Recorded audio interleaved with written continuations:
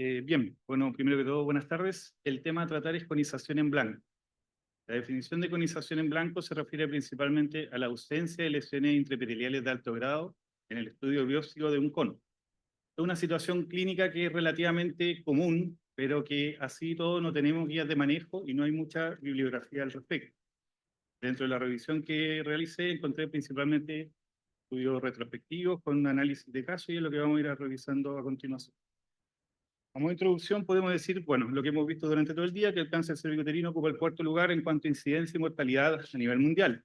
Y debemos considerar la importancia de las lesiones causadas por el virus papiloma humano, principalmente los virus papilomas de alto riesgo, que van generando lesiones intraepiteliales de alto grado que tienen el riesgo de presentar en su desarrollo, en la historia natural de la enfermedad, una lesión invasora. Para el manejo de las lesiones intraepiteliales tenemos la conización como un procedimiento excepcional de elección. Es un procedimiento rápido, seguro, pero no está exento de complicaciones.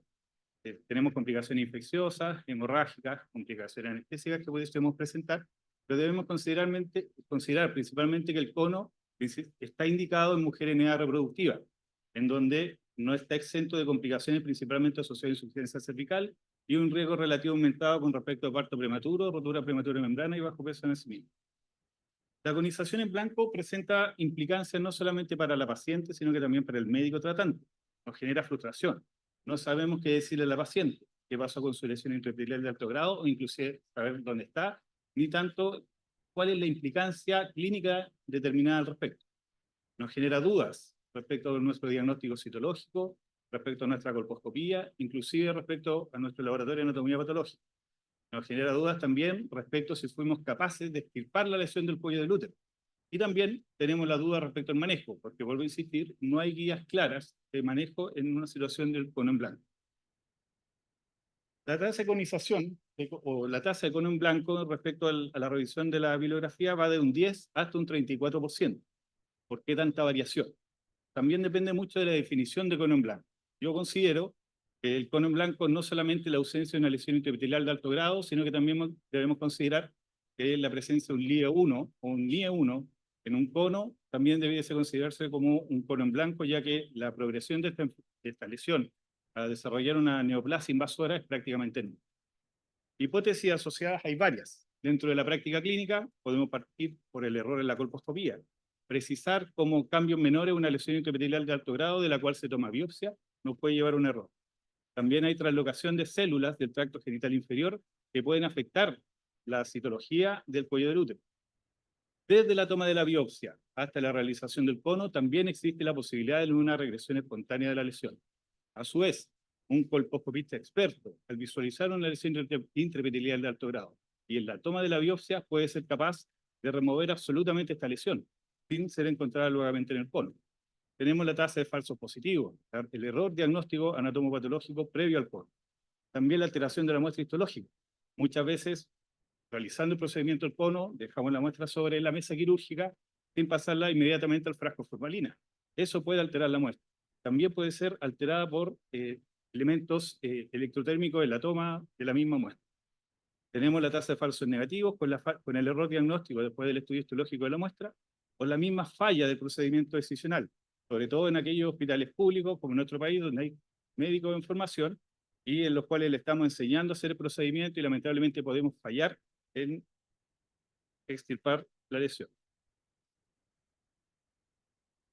Dentro de los estudios que encontré, este es un análisis retrospectivo de 1.695 pacientes con diagnóstico colposcópico y biópsico de una lesión intraepitelial de alto grado previo al cono, puede ser un NIE2 o un NIE3. De estas 1.695 pacientes, un 27,3% de las pacientes presentaban una lesión de bajo grado o menos. Y dentro de los factores de riesgo que precisaron es realizar un cono en aquellas mujeres menores de 24 años, aquellas que tienen un test de BPH previo al cono negativo, o el cono realizado dentro de un contexto de citología de bajo grado. También es importante considerar que el diagnóstico de una lesión de alto grado NIE2 también puede llevar a un aumento en el riesgo de que el cono no presente una lesión de alto grado. Otro punto importante en este estudio, que tiene el N mayor que podemos encontrar en la literatura, es que no hay diferencias significativas en cuanto a la persistencia o recurrencia de la enfermedad en un seguimiento a 2 años. Entonces, dentro de la práctica clínica, ¿qué es lo que podemos hacer? Vamos a ir viendo, dependiendo de cada punto cómo podemos disminuir la incidencia y prevalencia del cono en blanco. Y el rol de la biopsia quirúrgica. No tenemos claro si la evaluación en 3 pasos o el see and treat nos permita disminuir el cono en blanco. No hay estudio al respecto. Sí tenemos claro que en el único estudio prospectivo respecto del caso, que es el primero que muestro ahí, es un estudio coreano evalúa 200 conos entre el año 2008 y 2010 de forma prospectiva y tienen una incidencia de 17% de conos en blanco, con diagnóstico tanto colposcópico como histológico de NIE2, NIE3. A su vez, también se correlaciona más probablemente el cono en blanco en el diagnóstico previo de un NIE2 versus un NIE3. Un NIE2 principalmente por la diferencia que tienen los anátomos patólogos o la diferencia interobservador que existe en el diagnóstico de esta lesión de alto grado. También es más probable considerar que un cono en blanco a medida que pasa el tiempo entre la biopsia y el procedimiento. Este último estudio, el principal objetivo era precisar cuál es el tiempo adecuado para realizar un cono y establecieron que desde la biopsia a el cono, si han pasado 3 meses o más, la probabilidad de tener un cono blanco aumenta en forma considerable. Entonces establecen también la teoría de que efectivamente podría haber una remisión de la lesión posterior a la toma de la biopsia. El test de BPH, bueno, se ha hablado durante todo el día al respecto y tenemos que considerarlo como el test de screening adecuado para ir disminuyendo la incidencia y la mortalidad por cáncer cervicuterino, especialmente en el tratamiento de las lesiones precancerosas de alto grado. En este estudio, es un estudio retrospectivo realizado en el Reino Unido en alrededor de 800 conos. 400 conos que fueron realizados previo al uso del test de BPH y 400 conos que fueron realizados después del uso del test de BPH. Y establecieron de que la incidencia de cono en blanco sin test de BPH alcanza un 19%. Con test de BPH la disminuyeron un 13%, por lo tanto, así se disminuye la incidencia de esta situación clínica en un 25% tan solo con incluir el test de BPH en los test de screening. A su vez, también tenemos que tener contacto con los anatomopatólogos y cuando tengamos esta situación clínica, solicitar la revisión de la biopsia. Este es un estudio principalmente realizado por anatomopatólogos en donde evalúan alrededor de 600 conos, de los cuales 17% de estos conos estaban en blanco, y establecen distintos factores que afectan el estudio histopatológico. La inflamación, principalmente una cervicitis inflamatoria infecciosa en el procedimiento, en el mismo momento de realizar un cono, afecta la interpretación de la muestra. La atrofia urogenital dada en pacientes posmenopáusicas también afecta a la muestra y sobre todo también la metaplasia o un ectropio extenso. Va a impedir al anatomopatólogo en cuanto a la revisión de la biopsia el precisar qué tipo de lesión existe en el cuello. En esta evaluación, realizada por 3 anatomopatólogos distintos, lograron evaluar 616 conos. Dentro de ellos, establecieron que 26% de los conos negativos son reclasificados posterior a una revisión. Revisión con mayor número de cortes y revisión principalmente utilizando marcadores inmunohistoquímicos que hemos visto durante todo el día, que es el P16 y el KI65. Y también evaluaron la biopsia prequirúrgica y establecieron que el 28% de estos casos presentan una biopsia prequirúrgica sobreestimada. Por lo tanto, no nos tenemos que quedar solamente con la revisión de la biopsia quirúrgica, sino también tenemos que solicitar la revisión de la biopsia prequirúrgica.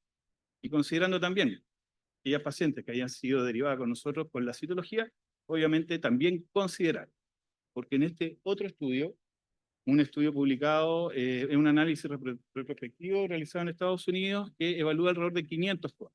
De ellos tenían una tasa de cono blanco de un 26%.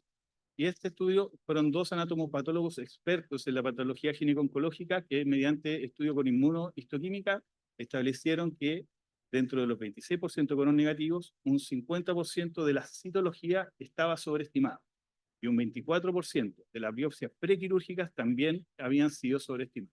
Entonces, con la revisión de la biopsia quirúrgica, la biopsia prequirúrgica y también si tenemos la posibilidad de revisar la citología, vamos a poder precisar una disminución de estos casos en alrededor de un tercio en su incidencia. Y la revisión de la biopsia, obviamente, solicitar marcadores inmunohistoquímicos, P16 y KI67, que son marcadores útiles en precisar también neoplasia oculta. Aquel cono en el cual el estudio en primera instancia realizado con hematoxilina eosina, utilizar estos marcadores inmunohistoquímicos aumenta en un 13% el diagnóstico de esta lesión. ¿Qué hacemos con respecto a la paciente? Le decimos que tiene un cono en donde hay una lesión intraepitelial de alto grado, no la podemos encontrar. ¿Qué podemos decirle respecto a la recurrencia? Y existen información contrariada respecto de esto. Y voy a presentar algunos de estos. Este es, bueno, el mismo estudio anatomopatológico que presenté anteriormente y que hicieron un seguimiento a 2 años de todas las pacientes. Y establecieron que existe tan solo 1% de recurrencia en aquellas pacientes que tienen el cono en blanco. Esto aumenta un 5% en aquellas pacientes que fueron sometidas a un cono por una lesión intraepitelial de alto grado, pero con márgenes negativos. Y aumenta en forma considerable un 22% en aquellas pacientes que tienen márgenes comprometidos.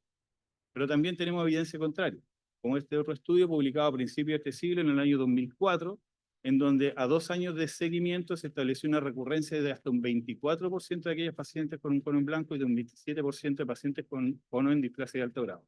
Evaluando las poblaciones son más o menos similares, me cuesta entender un poco por qué esta alta tasa de recurrencia, pero es lo que está publicado. Y actualmente tenemos este otro estudio que es un análisis retrospectivo español de 687 conos que fueron realizados entre el año 2008 y 2010. Ellos establecieron un 16% de conos en blanco y hicieron 2 años de seguimiento y establecieron que tenían la misma recurrencia, tanto los conos en blanco como aquellos realizados por una lesión intraepitelial de alto grado, de tan solo un 3%. Y también lograron precisar que dentro del estudio, el test de BPH es sumamente importante porque logra una mayor, test de BPH negativo, se asocia a una mayor incidencia de cono en blanco y menor tasa de recidiva y persistencia. Sé que ha sido mucha información, pero vamos a tratar de resumir en cuáles son las medidas que podemos tomar como clínicos frente a este tipo de situación. Y dentro de las medidas preventivas, principalmente debemos considerar la reevaluación colposcópica previa a la conización de pacientes principalmente menores de 25 o de 30 años y aquellas que tengan una lesión intraepitelial a la colposcopía con hallazgos menores y que no comprometa más de un cuadrante dentro de la evaluación. También aquella paciente que dentro de la biopsia prequirúrgica parece indicada una lesión intraepitelial de alto grado o MIA 2, pero que tengamos test de BPH negativo, también sería necesario considerar una nueva colposcopia. Dentro del tiempo transcurrido en la biopsia y el cono, ojalá entre 4 y 6 semanas. Si realizamos el cono antes de 4 semanas, todos los fenómenos reparatorios del epitelio por la misma toma de la biopsia van a alterar la muerte. Y si realizamos el cono después de los 3 meses, ya vemos que hay efectivamente una remisión espontánea de alguna lesión. Obviamente mejorar el estudio anatomopatológico, incluir los marcadores inmunohistoquímicos en todos los estudios y realizar mayor cortes, sería sobre todo si es que no somos capaces de encontrar esta lesión intraepitelial en la biopsia quirúrgica. Y repetir obviamente que el test de screening debe ser el test de BPH. Con respecto al seguimiento, lamentablemente no hay mayor información al respecto. Debemos considerar que estas pacientes deben continuar un seguimiento por 2 años, al igual que aquellas pacientes que han sido sometidas a cono por una lesión de alto grado confirmada en la biopsia quirúrgica. Dentro de la realidad de nuestro hospital, vemos que los ingresos a la unidad de patología cervical aumentaron importantemente posterior a la pandemia, pero principalmente aumentaron un 80%, eh, eh, ya que estamos dentro del programa piloto del test de BPH. De estos ingresos a la unidad de patología cervical, alrededor de, también vamos a considerar que va a ir aumentando en forma considerable el número de conos, y el año 2023, tan solo en nuestro hospital, sin considerar aquellas pacientes que fueron derivadas a segundo prestador, realizamos 750 procedimientos decisionales. De estos 750, el porcentaje de ingresos a la unidad de patología cervical, nosotros estamos diagnosticando aproximadamente un 40% de las pacientes una lesión intraepitelial de alto grado. Logré recabar la información que tenemos respecto a nuestros pacientes, la revisión de fichas clínicas de 6 meses de octubre de 2023 a marzo de 2024. En dicho periodo de 6 meses realizamos 322 conos. De estos, 254 fueron indicados por una lesión intraepitelial de alto grado.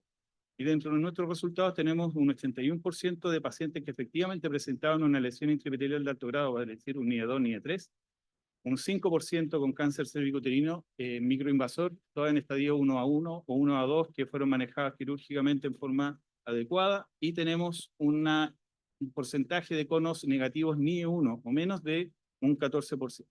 Estamos dentro de las normas que solicita la sociedad americana y creo que estamos por un buen camino, pero necesitamos seguir trabajando para ir mejorando nuestra estadía. Eso, muchas gracias.